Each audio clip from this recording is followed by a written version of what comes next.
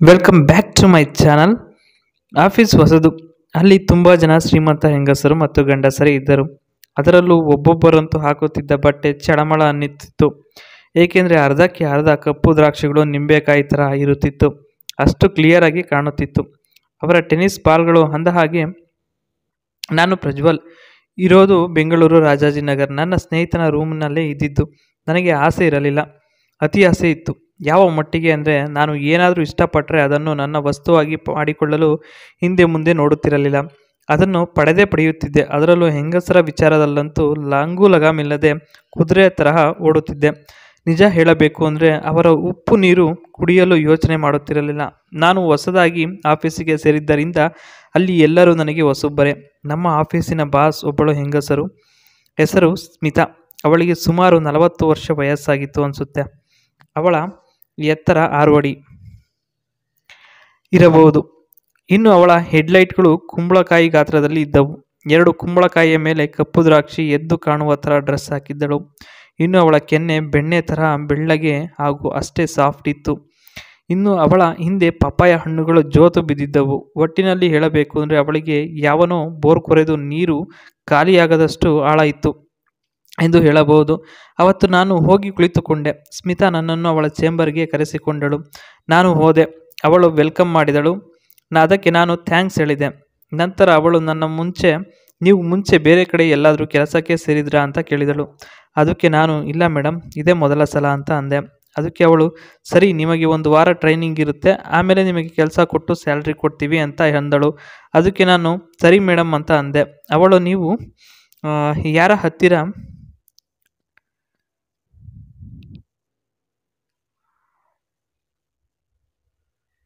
Training ತಗೋತೀರಾ ಅಂತ ಕೇಳಿದಳು.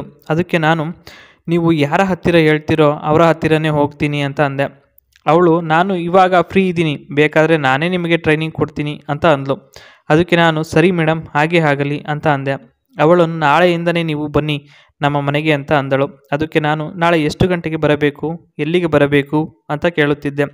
ಅದಕ್ಕೆ ಸ್ಮಿತಾ ಅವಳ ನಂಬರ್ ಕೊಟ್ಟು ಕಾಲ್ ಮಾಡಿ ಹೇಳ್ತೀನಿ ಅಂತ ಮನೆಗೆ ಹೊರಟು ಹೋದಳು. ನಾನು ಸಂಜೆವರೆಗೂ ಆಫೀಸಿನ ಹೊರಗಡೆ ತಿರುಗಾಡಿಕೊಂಡು ಹೆಂಗಸರ ಪಪ್ಪಾಯಿ ಹಣ್ಣನ್ನು ನೋಡಿಕೊಂಡು ಟೈಮ್ ಪಾಸ್ ಮಾಡಿಕೊಂಡು ರೂಮಿಗೆ ಹೋದೆ. ರಾತ್ರಿ ಊಟ ಮಾಡಿದ ಮೇಲೆ ಸ್ಮಿತಾಳ ನಂಬರ್ಗೆ ಕಾಲ್ ಮಾಡಿದೆ. ಆದರೆ ಅವಳು ಕಾಲ್ ಪಿಕ್ ಮಾಡಲಿಲ್ಲ. ಅದಕ್ಕೆ ಹಾಯ್ ಅಂತ ಮೆಸೇಜ್ ಮಾಡಿದೆ. ಅವಳು ಕಾಲ್ ಮಾಡು ಅಂತ ರಿಪ್ಲೈ ಮಾಡಿದಳು. ಸರಿ ಅಂತ ಅವಳಿಗೆ ಕಾಲ್ ಮಾಡಿದೆ.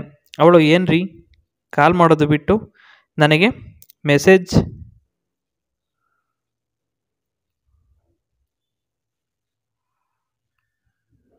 ಮಾಡಿದ್ದೀರಾ ಅಂತ ಅಂದಳು. ಅದಕ್ಕೆ ನಾನು ಮೇಡಮ್, ನಿಮಗೆ ಕಾಲ್ ಮಾಡಿದ್ದೆ, ಆದರೆ ನೀವು ಪಿಕ್ ಮಾಡಲಿಲ್ಲ ಅಂತ ಅಂದೆ. ಅದಕ್ಕೆ ಅವಳು ಹೌದಾ, ಇರಿ 1 ನಿಮಿಷ ನೋಡ್ತೀನಿ ಅಂತ ಹೇಳಿ ನೋಡಿಬಿಟ್ಟು ಸಾರಿ ಪ್ರಜ್ವಲ್ ಅವರೇ, ನಾನು ನೋಡಲಿಲ್ಲ, ನನ್ನ ಗಂಡನ ಜೊತೆ ಬ್ಯುಸಿ ಇದ್ದೆ ಅಂತ ಅಂದಳು. ಅದಕ್ಕೆ ನಾನು ಇರಲಿ ಬಿಡಿ ಮೇಡಮ್ ಅಂತ ಹೇಳಿ ಅಂತಂದೆ. ಅವಳು ನೀವು ನಾಳೆ ನಮ್ಮ ಮನೆಗೆ ಬನ್ನಿ, ನಿಮ್ಮ ಕೆಲಸ ಎಷ್ಟು ಗಂಟೆ ಕೆಲಸ ಮಾಡಬೇಕು ಎಲ್ಲ ಹೇಳ್ತೀನಿ ಅಂತಂದಳು. ನಾನು ಸರಿ ಮೇಡಮ್, ಎಷ್ಟು ಗಂಟೆಗೆ ಬರಲಿ ಅಂತಂದೆ. ಅವಳು ಶಾರ್ಪ್ 10 ಗಂಟೆಗೆ ಬನ್ನಿ, ನನ್ನ ಗಂಡ ಆಫೀಸಿಗೆ ಹೋಗಿರ್ತಾರೆ ಅಂತ ಅಂದಳು. ಓಕೆ ಮೇಡಮ್ ಅಂತ ಫೋನ್ ಇಟ್ಟೆ. ಬೆಳಗ್ಗೆ ಎದ್ದು ಬೇಗ ರೆಡಿಯಾಗಿ ನನ್ನ ಬಾಳೆಕಾಯಿಗೆ ಮತ್ತು ಮೈಗೆಲ್ಲ ಪೌಡರ್ ಹಾಕ್ಕೊಂಡು ಅವಳ ಮನೆಗೆ ಹೋದೆ. ಆಗಲೇ ರೆಡಿ ಆಗಿ ಸೋಫಾ ಮೇಲೆ ಕೂತ್ಕೊಂಡು ಯಾವುದೋ ಫೈಲ್ ನೋಡ್ತಿದ್ದು. ನಾನು ಮೇಡಮ್ ಅಂತ ಬಾಗಿಲು ತಟ್ಟಿದೆ. ಎದ್ದು ಬಂದು ಬಾಗಿಲನ್ನು ತೆಗೆದಳು. ಗಮ್ ಅಂತ ಸುವಾಸನೆ ಬೀರಿತು. ಆ ಸುವಾಸನೆ ಅವಳ ತೂತಿನಿಂದದ್ದೋ ಬಂದದ್ದೋ ಅಥವಾ ಹಾಕಿದ್ದ ಪರ್ಫ್ಯೂಮಿಂದನೋ ನನಗೆ ಗೊತ್ತಾಗಲಿಲ್ಲ. ಬಾಗಿಲು ತೆಗೆದ ಕೂಡಲೇ ಬಾ ಒಳಗೆ ಅಂತ ಅಂದಳು. ನಾನು ಒಳಗೆ ಹೋದೆ. ಕೂತ್ಕೊ ಅಂದಳು. ನಾನು ಕೂತ್ಕೊಂಡೆ. ಅವಳು ನೀಲಿ ಕಲರ್ ಸೀರೆ ಹಾಕಿದ್ದಳು, ಪಿಂಕ್ ಕಲರ್ ಬ್ಲೌಸ್ ಹಾಕಿದ್ದಳು. ಆದರೆ ಬ್ರಾ ಕಾಣುತ್ತಿರಲಿಲ್ಲ, ಸೊಂಟ ಮಾತ್ರ ಕಾಣ್ತಿತ್ತು. ಆದರೆ ಸಿಕ್ಕಾಪಟ್ಟೆ ದಪ್ಪ ಇತ್ತು. ಹೊಟ್ಟೆ ಊದಿರೋರ ಥರ ಸೊಂಟನು ಊದಿಕೊಂಡಿತ್ತು. ನಾನು ಸೊಂಟನೇ ನೋಡ್ತಿದ್ದೆ. ಅವಳಿಗೆ ಗೊತ್ತಾಯಿತು. ಅದಕ್ಕೆ ಅವಳು ಸೀರೆಯಿಂದ ಮುಚ್ಚಿಕೊಂಡಳು. ನಾನು ದೂರದಲ್ಲಿ ಕೂತ್ಕೊಂಡಿದ್ದೆ.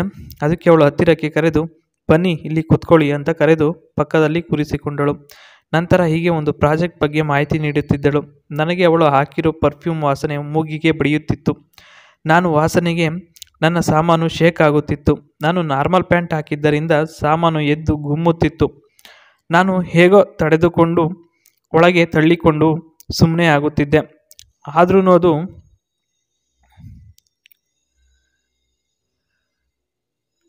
ಎಷ್ಟು ತಳ್ಳಿದರೂ ಮತ್ತೆ ಮೇಲೆ ಏಳುತ್ತಾನೇ ಇತ್ತು. ನಾನು ಇನ್ನೇನು ಮಾಡೋದು ಅಂತ ಸುಮ್ಮನೆ ಆಗಿ ಅವಳು ಹೇಳಿದ ಕಡೆ ಗಮನ ಕೊಡ್ತಿದ್ದೆ. ಒಳಗೆ ನನ್ನ ಮನಸ್ಸು ಅವಳ ಸೊಂಟ ಮುಟ್ಟು ಅನ್ನುತ್ತಿತ್ತು. ಆದರೆ ಅವಳು ಬೈತಾಳೆ ಅಂತ ಸುಮ್ಮನೆ ಇದ್ದೆ.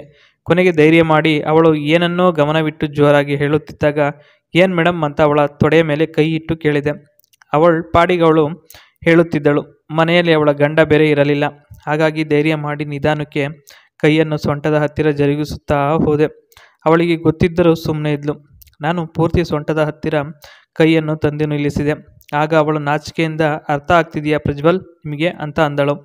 ಅದಕ್ಕೆ ನಾನು ಹ್ಞೂ ಮೇಡಮ್, ನೀವು ಹೇಳ್ತಿರೋದು ನನಗೆ ಅರ್ಥ ಆಗ್ತಿದೆ, ನೀವು ಮುಂದುವರಿಸಿ ಅಂತ ಅಂದೆ. ಅವಳ ಕೆನ್ನೆ ಹಾಗೂ ತುಟಿಯ ಅಂಚಿನಲ್ಲಿ ಆಸೆ ಮೂಡಿ ತಡವರಿಸುತ್ತಿದ್ದನ್ನು ನೋಡಿದೆ. ಕೈಯನ್ನು ಎತ್ತಿ ಬೆಣ್ಣೆಯ ಮೇಲೆ ಕೈ ಹಾಕಿದ ತರಹ ಸೊಂಟದ ಮೇಲೆ ಕೈ ಹಾಕಿ ಇಸುಕಿದೆ. ಅವಳು ಇನ್ನೂ ಮಾಹಿತಿ ಕೊಡುವ ನಟನೆ ಮಾಡುತ್ತಾನೇ ಇದ್ದಳು. ನನಗೂ ಇವಳಿಗೆ ಹಾಕುವ ಚಟ ಇತ್ತು, ಅವಳಿಗೆ ಹಾಕಿಸಿಕೊಳ್ಳುವ ಚಟ ಇತ್ತು, ಮತ್ತು ಚಟ ಎರಡೂ ಇದೆ ಅಂತ ಅರ್ಥ ಮಾಡಿಕೊಂಡು ನನ್ನ ಬಲಗೈನಿಂದ ಸೊಂಟವನ್ನು ಉಜ್ಜುತ್ತಿದ್ದೆ. ಅವಳು ಮೇಲಕ್ಕೆ ಎದ್ದು ಪ್ರಜ್ವಲ್, ಇಷ್ಟೇ ಇವತ್ತಿನ ಮಾಹಿತಿ ಕಣೋ, ನೀನು ಇದನ್ನು ಮತ್ತೆ ನೋಡ್ತಿರು. ನಾನು ರೂಮಿಗೆ ಹೋಗಿ ಸ್ವಲ್ಪ ಮಲಗ್ತೀನಿ, ತಲೆನೋವುತ್ತಿದೆ ಅಂತ ರೂಮಿಗೆ ಹೋಗಿ ಮಲಗಿದ್ದಳು. ನಾನು ಸ್ವಲ್ಪ ಹೊತ್ತು ಬಿಟ್ಕೊಂಡು ರೂಮಿಗೆ ಹೋಗಿ ನೋಡಿದ್ರೆ ಸೀರೆ ಬಿಚ್ಚಿ ಪೂರ್ತಿ ತೊಡೆವರೆಗೂ ಲಂಗವನ್ನು ಎತ್ತಿ ಮಲಗಿದ್ದಳು. ನಾನು ಬಾಗಿಲು ಲಾಕ್ ಮಾಡಿ ಲಂಗವನ್ನು ಇನ್ನೂ ಮೇಲಕ್ಕೆ ಎತ್ತಿ ಒಳಗೆ ಕೈ ಹಾಕಿದೆ. ಆದರೆ ಅವಳು ಕಾಚನೂ ಹಾಕಿರಲಿಲ್ಲ. ಬೆಳ್ಳಗಿರೋ ಹತ್ತಿಯಂತೆ ಮೃದುವಾಗಿರೋ ದಿಬ್ಬಕ್ಕೆ ಕೈ ಹಾಕಿ ಇಸುಕಿದೆ. ಅವಳು ತುಟಿ ಕಚ್ಚಿಕೊಂಡು ಹೊರಳಾಡುತ್ತಿದ್ದಳು. ನಾನು ನಂದು ಎಲ್ಲ ಬಿಚ್ಚಿ ನನ್ನ ಬೋರನ್ನು ಕೊರೆಯಲು ರೆಡಿ ಮಾಡಿಕೊಂಡೆ. ನಂತರ ಅವಳ ಪೂರ್ತಿ ಲಂಗವನ್ನು ಬಿಚ್ಚಲು ಲಾಡಿಗೆ ಕೈ ಹಾಕಿದೆ. ಅವಳು ನಾಚಿಕೆ ಆಗಿ ಇನ್ನೂ ಸ್ವಲ್ಪ ಮಜಾ ಇರಲಿ ಅಂತ ಬಿಚ್ಚೋಕೆ ಬಿಡದೆ ಮಧ್ಯಕ್ಕೆ ತಿರುಗಿ ಮಲಗಿಕೊಂಡಳು. ನಾನು ತೂತಿಗೆ ಮಧ್ಯದ ಬೆರಳನ್ನು ಹಾಕಿ ಬೆನ್ನಿಗೆ ಮುತ್ತಿನ ಸುರಿಮಳೆಯನ್ನು ಸುರಿಸಿದೆ. ಅವಳ ಎರಡು ಕೈಗಳನ್ನು ಮೇಲಕ್ಕೆ ಎತ್ತಿದಳು. ಆಗ ನಾನು ತಕ್ಷಣ ಅವಳನ್ನು ಮುಂದಕ್ಕೆ ಸೊಂಟವನ್ನು ಹಿಡಿದು ತಿರುಗಿಸಿಕೊಂಡೆ. ಅವಳು ಮತ್ತೆ ಅದೇ ಆಟವನ್ನು ಆಡಲು ಹಾಗೆ ಮಾಡೋಕ್ಕೆ ಹೋದಳು. ನಾನು ಬಿಡದೆ ನನ್ನ ಎರಡೂ ಕಾಲನ್ನು ಸೊಂಟಕ್ಕೆ ಹಾಕಿ ಬಿಗಿಯಾಗಿ ಅವಳ ತೊಡೆಯ ಮೇಲೆ ಕೂತ್ಕೊಂಡೆ. ನಂತರ ಲಾಡಿಯನ್ನು ನೋಡಿ ಓಪನ್ ಮಾಡಿ ಎಳೆದೆ. ಸ್ವಲ್ಪ ಕೆಳಗೆ ಜರುಗಿ ತೂತಿನ ಮಧ್ಯಭಾಗಕ್ಕೆ ಕಾಲು ಹಾಕಿ ಅಗಲಿಸಿದೆ. ಮತ್ತೆ ಅವಳ ಎರಡು ಕುಂಬಳಕಾಯಿಯನ್ನು ಇಸುಕುತ್ತಾ, ಸ್ಮಿತಾ ಮೇಡಮ್, ಇಷ್ಟು ದಿನ ಇಂಥ ಸೌಂದರ್ಯನ ಎಲ್ಲಿ ಇಟ್ಟಿದ್ರಿ ಅಂತ ಕೇಳಿದೆ. ಅದಕ್ಕೆ ಅವಳು, ಮಾತನಾಡಬೇಡ ಕಣೋ, ನನ್ನ ಗಂಡ ಬಂದರೆ ಕೇಳಿಸ್ಕೊತಾರೆ, ಸುಮ್ಮನೆ ಮಾಡು ಅಂತ ಅಂದಳು. ನಾನು ಕುಂಬಳಕಾಯಿಯನ್ನು ಎರಡನ್ನು ಮುದ್ದೆ ನುಂಗುವ ಥರ ಮೇಲೆ ಕಪ್ಪು ಸೀಬೆಕಾಯಿಯನ್ನು ಚಪ್ಪರಿಸುತ್ತಾ ನುಂಗುತ್ತಿದ್ದೆ. ಅವಳು ನನ್ನ ಕರಿ ಕ್ಯಾರೆಟಿಗೆ ಕೈ ಹಾಕಿ ಕರಿಯುವ ತರಹ ಹಿಡಿದು ಎಳೆಯುತ್ತಿದ್ದಳು. ನನಗೆ ಸುಮ್ಮನೆ ಮಾಡೋಕ್ಕೆ ಬಿಡದೆ ಎದ್ದೇಳಿಸುತ್ತಿದ್ದಳು. ಅದಕ್ಕೆ ನಾನು ಎತ್ತಿ ನನ್ನ ಕ್ಯಾರೆಟನ್ನು ಬಾಯಿಗೆ ಇಟ್ಟು ಒಳಗೆ ತಳ್ಳಿದೆ. ಅವಳ ನಾಲಿಗೆಯಿಂದ ನನ್ನ ಕ್ಯಾರೆಟಿನ ಮೇಲ್ಭಾಗದ ಚಾಕೊಲೇಟನ್ನು ಚಪ್ಪರಿಸಿಕೊಂಡು ಎಳೆದು ತಿಳಿ ಬೆಣ್ಣೆಯನ್ನು ಬರಿಸಿಕೊಂಡು ಸೀಪುತ್ತಿದ್ದಳು. ನನಗೆ ನನ್ನ ಚಾಕೊಲೇಟನ್ನು ಪೂರ್ತಿ ಸೀಪಿಕೊಳ್ಳಲು ಬೇಕು ಅಂತ ಚರ್ಮವನ್ನು ಪೂರ್ತಿ ಹಿಂದಕ್ಕೆ ತಳ್ಳಿ ಇನ್ನೂ ಒಳಗೆ ನೂಕಿದೆ. ಸೀಪಿಕೊಂಡು ಜೋಲ್ ಸುರಿಸುತ್ತಾ ಇದ್ದಳು. ನಾನು ಅವಳ ಜೋಲನ್ನು ರುಚಿ ಮಾಡಿದೆ. ನಂತರ ಎದ್ದು ಮುಖದ ಕಡೆ ನನ್ನ ಚಾಕೊಲೇಟ್ ಹಾಕಿ ಇಳೆಬಿಟ್ಟೆ. ಜೋತು ಬೀಳುತ್ತಿತ್ತು. ಅವಳ ಬೆಲ್ಲದ ಕಡೆ ನನ್ನ ಮುಖ ಮಾಡಿ ಬೆಕ್ಕಿನ ತರಹ ತಿಳಿಯಾದ ನಾಳಿಗೆಯಿಂದ ಅವಳ ಬೆಲ್ಲವನ್ನು ನೆಕ್ಕಿ ಸ್ವಚ್ಛ ಮಾಡಿದೆ. ಅವಳು ನನ್ನ ನೇತಾಡುತ್ತಿದ್ದ ಚಾಕೊಲೇಟನ್ನು ಹಿಡಿದು ಬಾಯಿಗೆ ಹಾಕಿಕೊಂಡು ನುಂಗುವುದಕ್ಕೆ ಪ್ರಯತ್ನಿಸಿದಳು. ನನ್ನ ಕಪ್ಪು ಚಾಕೊಲೇಟಲ್ಲಿ ಜಾಸ್ತಿ ಬೆಣ್ಣೆ ಇದ್ದುದರಿಂದ ಗಟ್ಟಿ ಬೆಣ್ಣೆ ಅವಳ ಬಾಯಿಯೊಳಗೆ ಹೋಯಿತು. ನನ್ನ ದೇಹದಲ್ಲಿ ಏನೋ ಒಂದು ಖುಷಿಯಾದ ಬದಲಾವಣೆ ಆಗಿದಂತೆ ಆಯಿತು. ಅವಳ ದುಂಡನೆಯ ಬೆಲ್ಲದ ಮೇಲೆ ಇರುವೆ ಮುತ್ತಿದ ಹಾಗೆ ಕೂದಲು ಸಿಕ್ಕಾಪಟ್ಟೆ ಬೆಳೆದಿದ್ದರಿಂದ ಚೆನ್ನಾಗಿ ನನ್ನ ಬಾಯಿಗೆ ಸಿಗಲಿಲ್ಲ. ಅದಕ್ಕೆ ಬೆಲ್ಲಕ್ಕೆ ಇರುವೆ ಮುತ್ತುವುದು ಸಹಜ, ಅದು ಎಲ್ಲರಿಗೂ ಆಗುತ್ತೆ. ಆದರೆ ಪೂರ್ತಿ ಬೆಲ್ಲವನ್ನು ಸ್ಪರ್ಶಿಸಬೇಕು ಅಂತ ತುಂಬ ಆಸೆ ಆಯಿತು.